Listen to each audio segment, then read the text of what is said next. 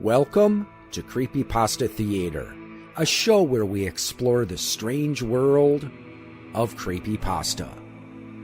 Join us as we hear tales best left untold, travel roads best left unexplored, and see sights best left unseen. Today's story: John Rash Remains. Written by MakRalston. This story can be found on creepypasta.fandom.com and is protected by Creative Commons license.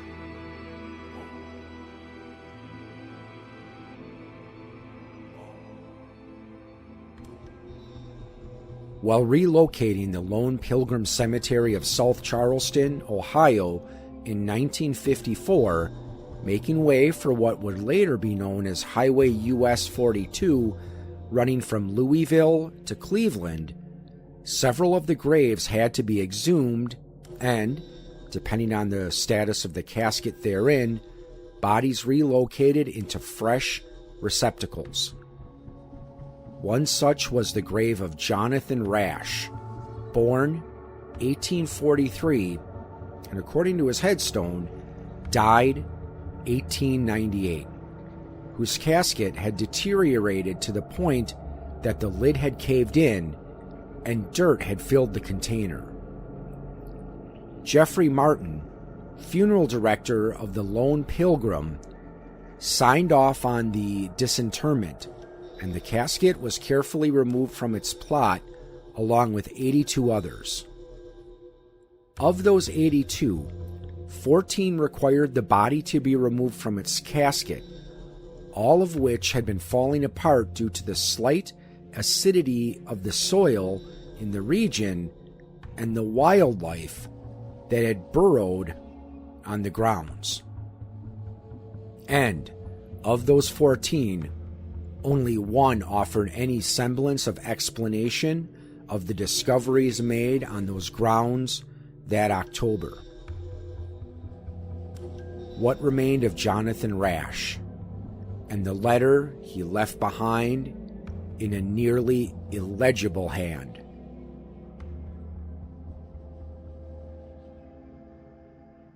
I am buried alive. No, I was buried alive. And I fear whenever this is read, I will not be. I know I will not be. Curse the superstitions of my generation for giving man such false hopes. Curse this wretched box and the wretched hands that put me... Steady yourself, John. You must. You know the oxygen will only last for a couple hours more down here. And you do know that you're down here, don't you? Your personal effects tell as much. Darlene, bless her heart, followed my word and will to the letter, including this pen and pad from my breast pocket. Mere grave goods as I saw it then. All I have as I see it now. Although I cannot see them plainly, of course, I know I shall never see them so. For though Darlene, per my instructions, had buried me with my pipe and lighter, I can feel them both against my thigh beneath the pad onto which I scribble this. I know even the smallest flame would swallow up the oxygen down here. In here, faster than I ever could. So I lie here in darkness, utter darkness, black as pitch, like the womb, if one could remember it. And though just above my nose, by an inch or two, I cannot see the roof of this wretched casket, although I can see it plainly in my mind's eye. I did pick it out myself, after all, with its near almond shade and pillowy texture, smothering me without so much as a touch. Lord, why had I not chosen the damned mausoleum up there? Why had I not requested to be buried alongside a crowbar and a shovel? Well, at least I hadn't willed to be cremated. No, John, no. No time for hysterics. No time for regrets. No time at all. Only to breathe and breathe slowly, measuredly. Hyperventilating will only exacerbate this, and you know it. Remember your fallen brothers in the war, the ones ripped apart by bullet and blade? How they would gasp and heave as they'd lie on their backs, clutching at themselves just as you do now? Stop that! For heaven's sake, you must! Breathe carefully. Breathe in. Breathe out. Just like that, John. Just like that. Like a whistle through pursed lips as they taught you in the service. 5 seconds in. 5 seconds held. 5 seconds out. And over again. Over until... Damn it! This is fruitless and you know it. What's the point anyhow? An hour more of living, perhaps? No. This is not living. This is breathing. Barely surviving. Holding your breath in the void until it takes you complete... Curse it. This damn pen keeps slipping from my fingers, which are trembling as it is. My whole body is wrapped in a thick layer of sweat that soaks the awful suit I'm pressed into. I feel as if I'm melting away on the brink of hell. No. Hell is brighter. I'll tell you where I am, John. I'll tell you. Lone Pilgrim. How fitting a name. How abysmally ironic. I'm under the sycamore, no doubt, nearest that old bench in the grave of my late Uncle Henry. God rest his soul, should such a thing exist. I can still remember the day of his funeral, a day from my youth, the fresh smell of the lilies, the cry of my mother, the great sound of the church bell. The bell! John, that's it. In your panic, you had forgotten all about it. Perhaps I owe the superstitions of this generation an apology, for the same ones that had given me such false hope had gifted me with a real one in the form of the string above my head that I now pull. And pull. And breathe. And breathe. John, don't excite yourself. Oh, who am I kidding? I cannot even hear myself think, for my heart beats in my ears like a drum as I scribble this with one hand and yank that blessed string in the other. Truly, Lord, bless it. I know that at any moment the undertaker, perhaps frightened out of his wits, yes, will hear the bell up there and dig me out of this horrid earth. I suppose if I am truly 6 feet beneath, the dig should only take a matter of hours at most, perhaps less to a trained gravedigger. If he hears it, that is. No, when he hears it, John, when. Alas, I cannot. The silence down here is deafening, and even if it weren't, the sound of my own heart would be drowning out even the faintest of ringings. So I'll wait. I'll wait until this bell is heard. Surely it is, for churchyards are quiet places. Unless it's raining up there. Either that or... Lord, I beg of you that night has not fallen. I pray it isn't so. For if indeed the daylight has retired, then surely the undertaker has too, and even though his home rests on the graveyard's grounds, it is unlikely that so small a bell will be heard through solid wall. Truly, there's no way of knowing how long I've been down here, nor the timing of my untimely burial, meaning I know not whether it is day or night, raining or clear skied above, or whether the string even rings a damn bell at all. Curse this box in the darkness it holds me in. Curse every false hope in my frantic heart. Oh, won't it shut up? With such a healthy heart, how in God's name am I down here anyway? What fool signed my death certificate? My brother-in-law? I can't stop laughing at that mere thought. But I must. You must, John. Remember the oxygen. Yes, remember.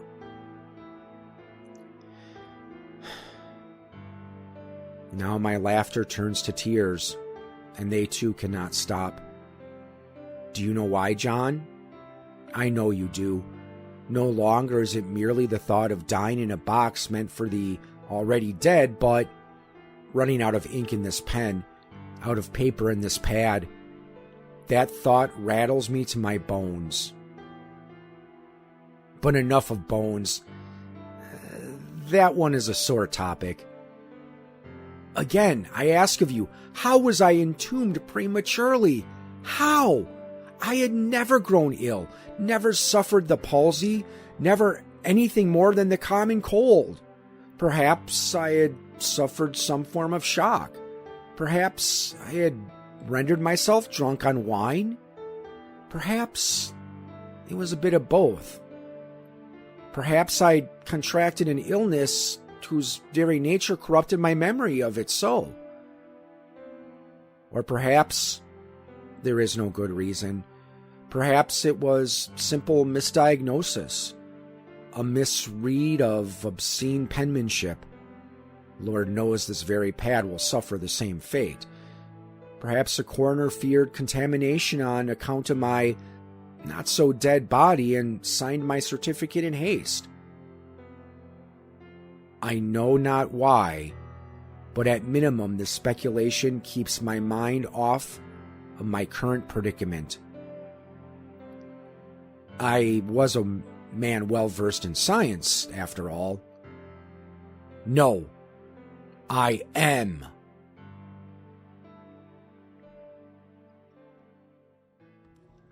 "14 pages beyond the initial recorded letter in the medical pad, a considerable distance, and the secondary one was discovered. This note, like the first, was written in a nearly illegible hand, with tears in the paper throughout. However, unlike the previously recorded words of Jonathan Rash, the spacing, size, and orientation of the letters therein were found to be considerably more unkept, complete with words that ran off the page and large paragraphs of text scratched out altogether.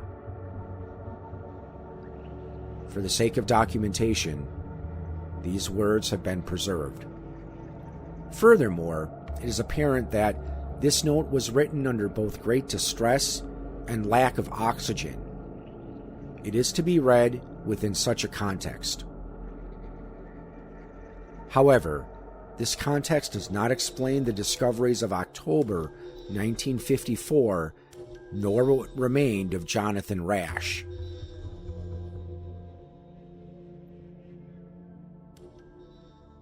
I know not what hour I drifted off into slumber, but I have since awakened. What awakened me, I cannot say. However, it may verily be the stench. The stench, though I cannot speak with certainty, likely proceeds from me. It is a foul, offensive odor, an odor of excrement and urine. It would seem, in my rest, that I have soiled myself. No doubt, an effect of the immense stress on my body. You would think that if I could feel these bodily fluids on my person, but alas, I cannot, for my body has gone numb from immobility and my muscles have seemingly slowed. Even the hand that pens this very note is writing with considerable toughness. I consider these sensations, or rather lack thereof, a blessing, if for nothing else than to calm me. Likewise, the atmosphere about me has changed too. The air is stagnant and chilled. All sound has escaped it, as it has my ears. I yell to make certain that deafness has not overcome me. It hasn't. Blindness, on the other hand, I cannot be so assured of. Truthfully, I cannot be assured of any of my senses, for the senses are fickle things, just as man is. I recall a man from my battalion. I believe his name too was Jonathan, and that the coincidence was a source of, albeit meager, comfort to him in his final moments, who swore to me with his last breaths that there was a bullet lodged into his right leg just above the knee. I didn't have the heart to tell him, nor did he have the time to hear me, that the leg had been completely severed, likely due to a landmine. Such was a phantom pain, a trick of the senses, and I fear that this numbness, this coolness across my body is of the same sort. As is the new smell that fills my nostrils. No longer the stench of excrement that had seized me but moments ago. This is the smell of food. Sweet, fresh meat. A savory scent, one that renders me to drool, although once more I cannot feel it. This sensation, I know, is but a tandem effect of both my mind and my stomach to torment me. Yet, I humor this temptation despite knowing its origins. The scent reminds me of my father, who, from an early age, studied my predispositions to both the medical sciences and the culinary arts. In fact, if not for the former, I suppose the later would have been my vocation in the service. It was my father and his brother, my late Uncle Henry, who I presume is buried beside me at this very moment as I transcribe these words, who introduced me to Johnny cakes, cabbage stew, and head cheese well before the mess cooks in Portland ever did. And it is that latter dish, the head cheese, which I smell plainly now, despite my depth beneath the soil and the sheer absurdity of such fare cooking above me. That is how I know the smell, however convincing, is only in my mind. That is how I know. But is that scratching sound? Is that indeed only in my mind? Heavens, yes. Foolish thing to even pen, John. Foolish indeed. All you have left is your mind. Don't let that get buried too. Perhaps the smell and the queer sound is the result of some critter burrowed beneath the earth, perhaps even at the feet of my late uncle beside me. A mole, perhaps? A pesky rodent? Or some kind of insect? God forbid, if there is a God, such an insect or rodent would have to be a large monstrosity, so no, I will not entertain the idea of such creatures feasting upon my departed relative. If such is so, they surely would then feast upon me. These are dreadful things to consider. However, consideration, and this pen and this pad to do so, are all that I have, for I am alone down here. Quit crying, Jonathan! I am alone in the dark, except for the creature beyond this wretched box. I share its company, do I not? Perhaps it's one of those large moles, a mother maybe, who's discovered her young dead, and that would explain the sound and the smell of meat, but not one so delectable. Unless I truly am going mad. Maybe I already have? Because moles don't groan.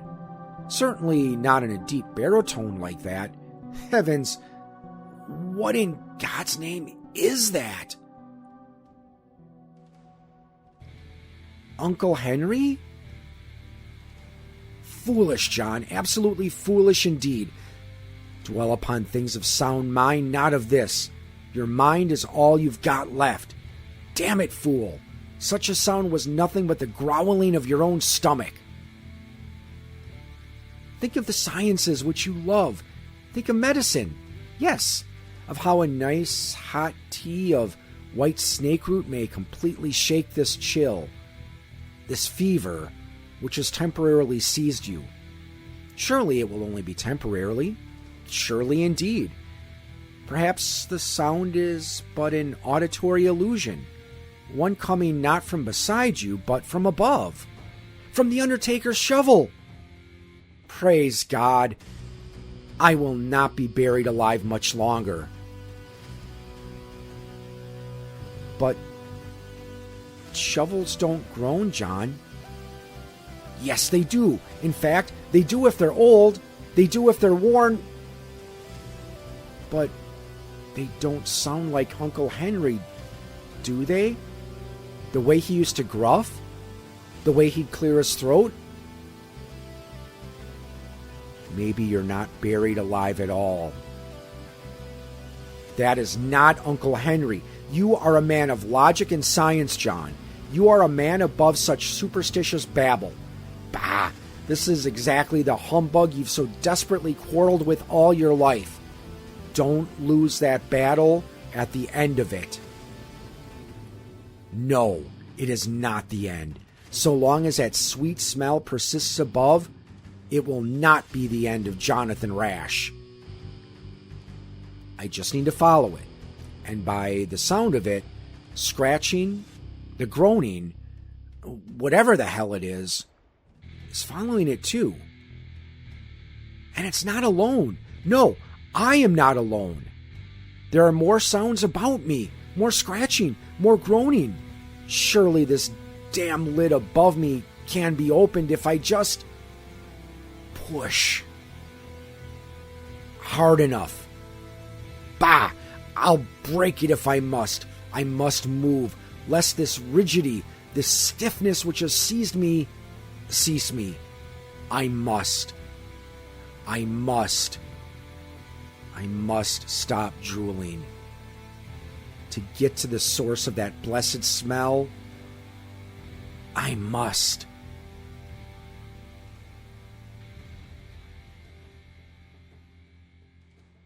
The remaining pages of the medical pad were torn and empty, as was the casket itself. The remains of Jonathan Rash, along with those of the 14 other exhumed bodies and presumably the rest of the 82 graves within the Lone Pilgrim Cemetery, have yet to be discovered.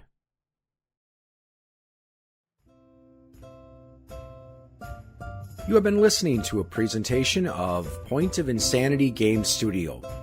Visit us on the web at www.poigamestudio.com. Follow me on most social media sites at POI Game Studio, and check out my music channel on YouTube at Al Seeger Music.